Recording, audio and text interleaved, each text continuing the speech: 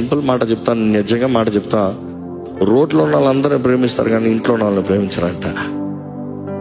ముఖం ఎరిగిన వాళ్ళందరూ ప్రేమిస్తారంట, సొంత భర్తను సొంత భార్యని ప్రేమించారంట.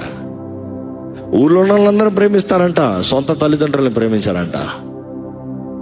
దేవుడు నీకు ఇచ్చిన వారి గురించి నువ్వు లెక్క చెప్పాలి, జాగ్రత్త.